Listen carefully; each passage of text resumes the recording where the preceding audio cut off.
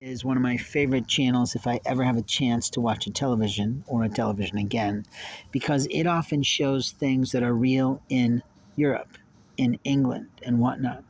There was a show that was rather disconcerting to me, and I only caught the tail end of it as I walked in on visiting one of my siblings.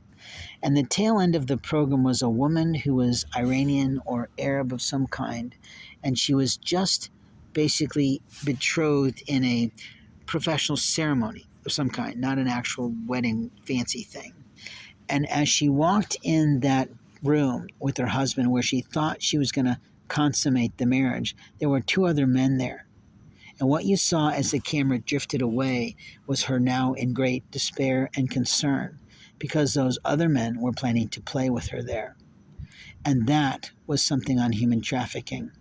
Human trafficking is on the rise across America with the absolute immigration of people from other nations. It's also on the rise with white trash women and men who don't know how to behave.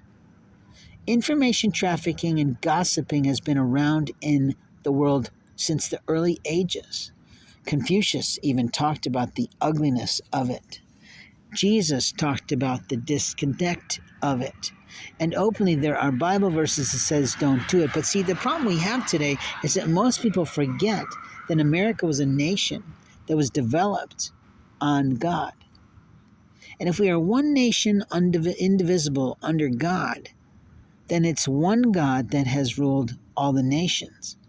But the nation's people are forgetting to honor God, and they are dishonoring God and dishonoring their nations.